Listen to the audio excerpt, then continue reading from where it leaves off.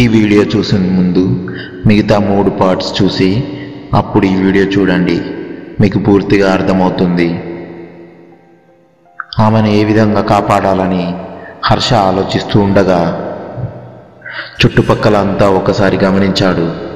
College ముందు నుండి పైకి వెళ్ళడానికి ప్రయత్నిస్తే కీర్తి గమనించి వెంటనే పైనుండి దూకేస్తుంది. ఇప్పుడు ఎలా? కాలేజ్ వెనుక నుండి కాలేజ్ పైకి వెళ్ళడానికి దారుంది. ఇంకా టైం వేస్ట్ చేయలేదు హర్ష. వెంటనే స్టూడెంట్స్ని పక్కకి జరుపుతూ అందరికంటే ముందు వెళ్ళి నిల్చొని కీర్తికి వినిపించేలా గట్టిగా, కీర్తి, ప్రసాద్కి యాక్సిడెంట్ అయ్యింది, తను హాస్పిటల్లో చావు బతుకుల మధ్య ఉన్నాడు, నిన్ను వెంటనే చూడాలంటున్నాడు, వెంటనే కిందికి రా, హాస్పిటల్కి వెళ్దాం, త్వరగా రా అని అరుస్తూ ఉన్నాడు. అదేంటి, కాలేజీ వెనుక నుండి కదా హర్ష వెళ్ళి రక్షిస్తాను అని అనుకున్నాం, అందుకేగా బిల్డింగ్ పైకి వెళ్ళడానికి ఉన్న దారులన్నీ గమనించాడు హర్ష. మళ్ళీ ఈ హాస్పిటల్ స్టోరీ చెప్పాడేంటి అని అనుకుంటున్నారు కదా మీరందరూ. అలా వెళ్ళేసరికి లేట్ అవుతుందని ఇలా హాస్పిటల్ స్టోరీ చెప్పాడు. కీర్తి కంగారు పడుతూ ఆలోచిస్తుంది. ఏంటి కీర్తి, నిజమా కాదా అని ఆలోచిస్తున్నావా? అబద్ధమైతే నువ్వు మళ్ళీ చావడానికి ఛాన్స్ ఉంది. కానీ నువ్వు ఇప్పుడు నమ్మకపోతే అక్కడ ప్రసాద్ ప్రాణం పోతే వాడికి ఒక్క ఛాన్స్ కూడా లేదు. నువ్వు మళ్ళీ చావడానికి చూడడానికి ఒక్క ఛాన్స్ అయినా ఉంటుందా, ఉండదా? ఆలోచించుకో. నువ్వు ఇక్కడే ఉండు, నీ ఇష్టం, మేం వెళ్తున్నాం అని అక్కడి నుండి వెనక్కు తిరిగాడు హర్ష. వెంటనే కీర్తి, హర్ష ఆగు, నేను కూడా వస్తాను, నా ప్రసాద్ ని నేను వెంటనే చూడాలి అంటూ పరుగు పరుగున కిందకు వచ్చింది.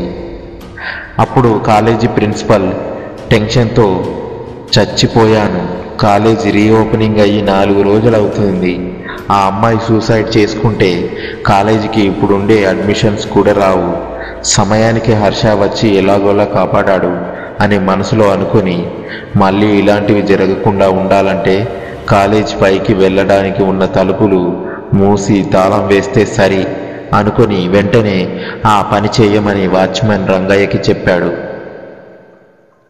కీర్తి కిందకి దిగి వచ్చి, ఏమైంది హర్ష, నా ప్రసాద్కి ఏమైంది చెప్పు, ఎక్కడున్నాడు, ఏ హాస్పిటల్లో ఉన్నాడు, చెప్పు హర్ష చెప్పు ప్లీజ్ అంటూ బోరున విలపిస్తుంది.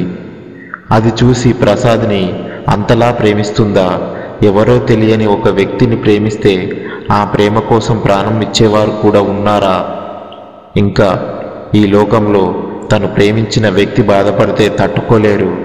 ఆ శక్తి ఒక ప్రేమకే ఉంది. అలాంటి ప్రేమను పూర్తిగా వివరించడం ఎవ్వరి వల్ల కూడా కాదు. ప్రేమ అంటే చెప్పలేని అనుభూతి. ప్రేమ అంటే ఒకరిపై ఒకరు పెట్టుకున్న నమ్మకం. ప్రేమ అంటే ఇద్దరు ఒకటేనని చెప్పే బంధం. ప్రేమ అంటే ఒకరికి ఒకరు సర్వస్వం. ప్రేమ అంటే సరిగా గుర్తుకు రావడం లేదు. అంత అనుభవం అయితే నాకు లేదు, బికాజ్ ఇంకా నేను లవ్లో పడలేదు బాబు. నేను అందుకే కథలోకి వెళ్దాం పదండి. ఇలా ఆలోచించుకుంటూ ఉన్నాడు హర్ష. కానీ ఇంతలోనే కీర్తి ఏడుపు గుర్తుకు వచ్చి కీర్తి అడిగింది, హర్ష చెప్పు, ప్రసాద్ ఎక్కడా అంటూ ఏడుస్తూ, అదిగో అంటూ అప్పుడే గేట్ నుండి కాలేజీ లోపలికి వస్తున్న ప్రసాద్ వైపు చూపించాడు హర్ష. ప్రసాద్కి ఏం కాలేదు, బానే ఉన్నాడు కదా. మరి హర్ష ఏంటి ప్రసాద్కి యాక్సిడెంట్ అయిందని హాస్పిటల్లో ఉన్నాడని చెప్పాడు. అటు హర్ష వైపు తిరిగింది. హర్ష ఏం మాట్లాడకుండా ప్రసాద్ వచ్చే వరకు అలానే చూస్తూ, ప్రసాద్ సరిగ్గా వాళ్ళ వద్దకి వచ్చాక అప్పుడు అడిగాడు కీర్తిని, ఎందుకు సూసైడ్ చేసుకోవాలనుకుంటున్నావు అని. అప్పుడే అక్కడికి వచ్చిన ప్రసాద్ ఆ మాట విని కీర్తి వంక చూస్తూ, ఏంటి సూసైడ్ చేసుకోవాలనుకున్నావా, ఎందుకు కీర్తి అని అడిగాడు ప్రసాద్ కూడా కంగారుగా. కీర్తి ఏడుస్తూ, ప్రసాద్ వల్లే సూసైడ్ చేసుకోవాలని అనుకున్నా, ఎందుకంటే నిన్న నేను కాల్ చేసి సినిమాకి వెళ్దామని అడిగాడు, కానీ ప్రసాద్ నాకు అర్జెంట్ వర్క్ ఉందని చెప్పాడు. కానీ నేను నా ఫ్రెండ్తో కలిసి మూవీకి వెళ్తుంటే అప్పుడు ప్రసాద్ ఎవరో ఒక అమ్మాయితో బైక్ పైన వెళ్తున్నాడు. అప్పుడు నన్ను గమనించాడు, కానీ చూసి చూడనట్టు వెళ్ళిపోయాడు. నేను చూశాను ఆ అమ్మాయితో ప్రసాద్ తిరగడం అంటూ ఇంకా ఏడుస్తూ ఉంది. అప్పుడు ప్రసాద్, నిన్న బైక్ పైన నేను తీసుకెళ్ళింది మా అక్కను, అది తెలియకుండా ఏదేదో మాట్లాడుతున్నావు.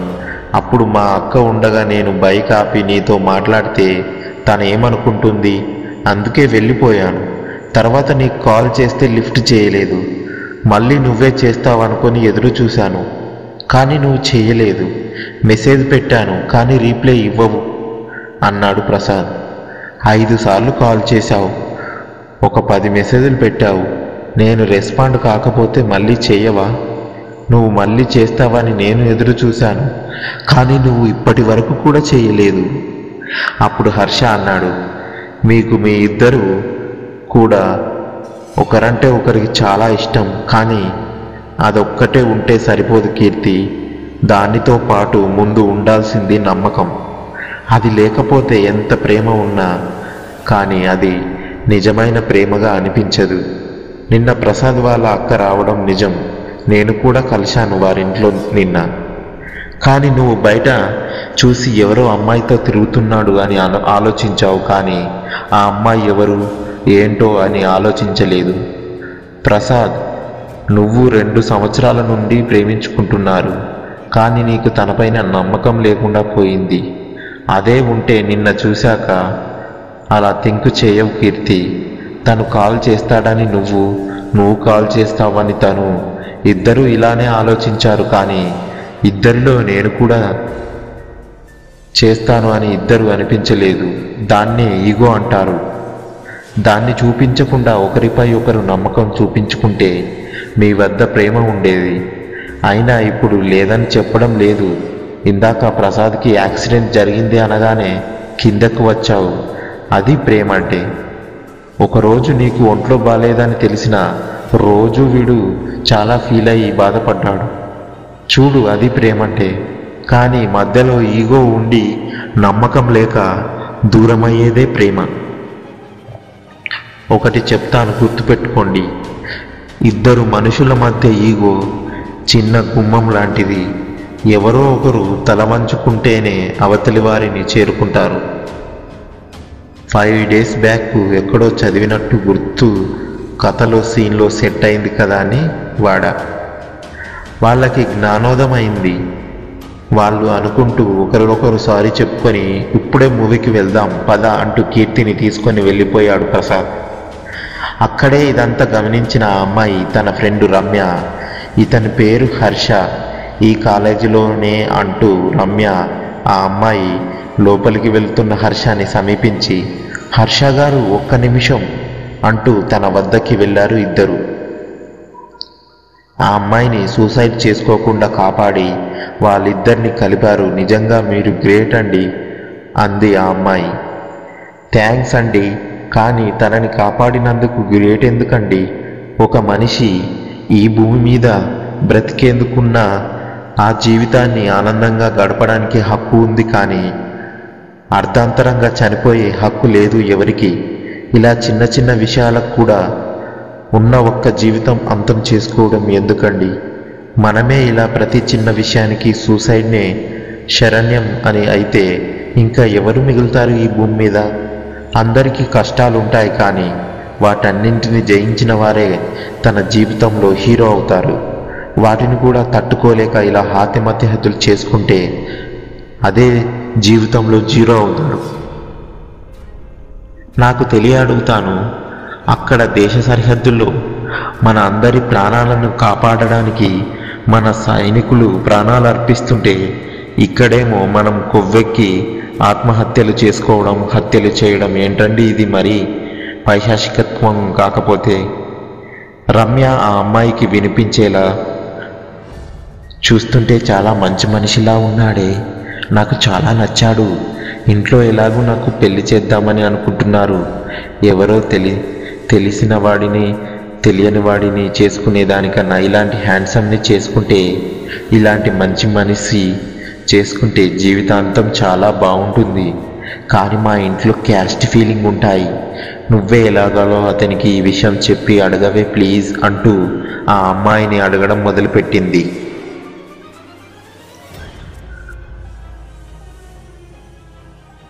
అప్పుడు ఆ అమ్మాయి, నీకు అబ్బాయి నచ్చితే పెళ్లి చేసుకో పర్లేదు, కానీ క్యాస్ట్ అది ఇది అడగడానికి నేను ఒప్పుకోను. నేను అడగను. ఎందుకంటే మనుషులందరూ ఒకటే. ఏ కులం ఇంకో కులం కన్నా గొప్పది, ఒక మతం ఇంకో మతం కన్నా తక్కువ లాంటి పదాలు అంటే నాకు ఇరిటేట్గా ఉంటాయి. నీకు కావాలనుకుంటే నువ్వే అడుక్కో అంటూ ఆ అమ్మాయి జవాబిచ్చింది. ప్లీజ్ అడగవే నా కోసం ప్లీజ్ అంటూ ఆ అమ్మాయిని రిక్వెస్ట్ చేస్తుంటే ఆ విషయం అర్థం చేసుకున్న హర్ష తను చెబుతున్న దానితో పాటే రమ్య డౌట్ కూడా క్లియర్ చేయాలని, తన జీవితాన్నే అంతం చేసుకోవడం తప్పు అయినప్పుడు ఇంకా పక్కవాడి జీవితాన్ని అంతం చేయడం ఎంత ఘోరం అని అవన్నీ ఆలోచించరు. డబ్బు కోసం, పదవుల కోసం, మతం కోసం, కులం కోసం పక్కవాడి జీవితాన్ని అంతం చేయాలనుకోవడం నిజంగా సిగ్గుపడాలి. క్యాస్ట్ గురించి కూడా చెప్తున్నాడు, కొంపదీసి నేనన్నది విన్నాడా ఏంటి అని రమ్య ఆశ్చర్యానికి లోనైంది. రీసెంట్గా చూశాం కదా, తన కూతురు తన కులం కాని వాడిని ప్రేమించి పెళ్లి చేసుకున్న పాపానికి అతన్ని నడి రోడ్డుపైన చంపివేశారు. అసలు ఈ భూమి మీద మనుషులు ఉద్భవించాక ఈ కులం మతం అనేవి ఉన్నాయా? ఎవరు చెప్పారు నీది తక్కువ కులం, నీది ఎక్కువ కులం, నీ మతం కన్నా నా మతం గొప్పది అని? మనుషులు వారి స్వార్థానికి ఈ కులాలకు మతాలను సృష్టించుకున్నారు. కానీ అది తెలియక సామాన్య ప్రజలు కులం మతం అంటూ మధ్యలో కొట్టుకు చేస్తున్నారు. నీ కూతురిని లేదా నీ కొడుకుని లేదా నీ కులం వాడికి ఇచ్చి చేస్తానని కులాన్ని పట్టుకొని వాదించేవారు నిజంగా కులానికే ప్రాముఖ్యం ఇస్తే గనక వాళ్ళ కులం వాడు పండించిన బియ్యంతోనే తినాలి, వాళ్ళ కులం వాడు కట్టిన ఇంట్లోనే ఉండాలి, అత్యవసరమైన సందర్భాల్లో వాళ్ళ కులం వాడి బ్లడ్ను హాస్పిటల్లోనే వినియోగించుకోవాలి, వాళ్ళ కులం వాడైన డాక్టర్స్ వద్ద ట్రీట్మెంట్ తీసుకోవాలి, వాళ్ళ కులం వాడైన తయారు చేసిన వస్తువులను మాత్రమే వాడాలి, వాళ్ళ కులం వాళ్ళతోనే రోజు మాట్లాడాలి.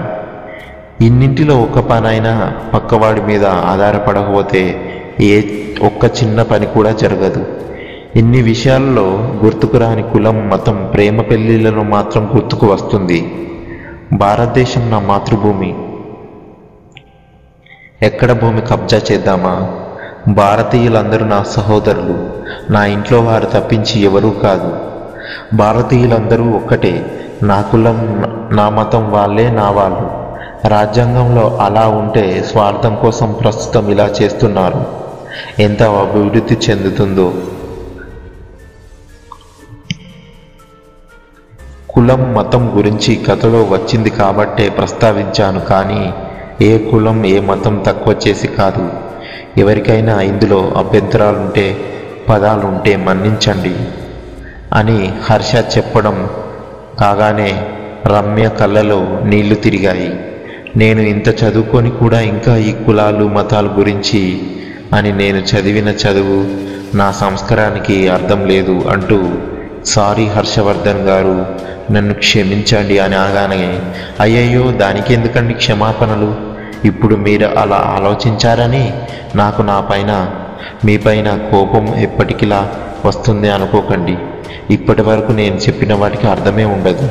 నేను చెప్పిన వాటిలో మీకేమైనా బాధ కలిగిస్తే నన్ను మన్నించండి.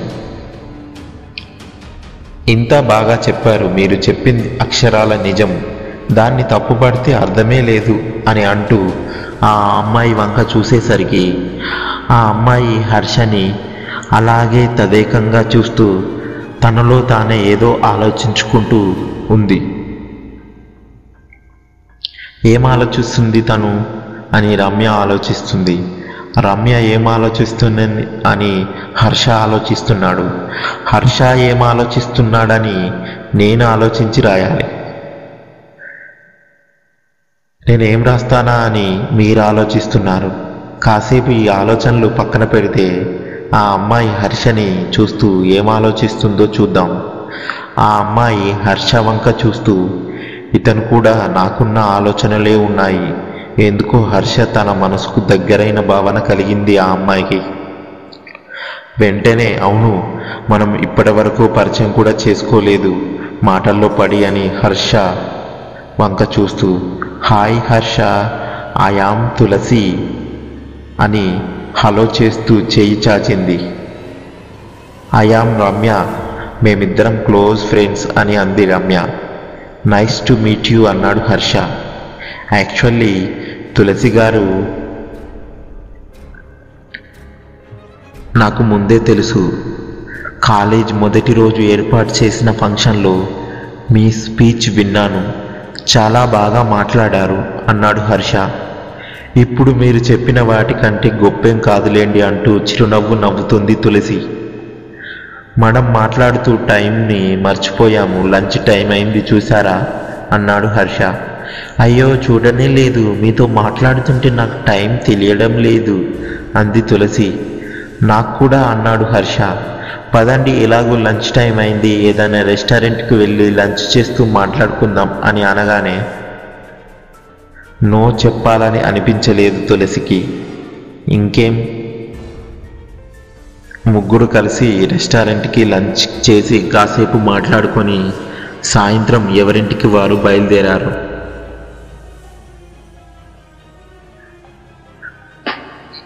ఈ స్టోరీలో కొంచెం భయంకరమైన పార్ట్ లేనప్పటికీ ఈ వీడియోని మీరు ఆదరిస్తారని అనుకుంటున్నాను.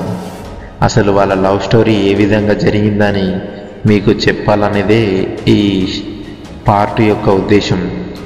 ఓకేనా ఫ్రెండ్స్, ఇది అర్థం చేసుకొని ఈ వీడియోని కూడా మిగతా వీడియోల లాగానే ఆదరించాలని కోరుకుంటున్నాను. Thank you for watching our videos. Video నచ్చితే లైక్ చేసి ఎక్కడ బాగా నచ్చిందో కామెంట్ చేయండి. నెక్స్ట్ పార్ట్ కోసం వెయిట్ చేస్తూ ఉండండి. Thank you.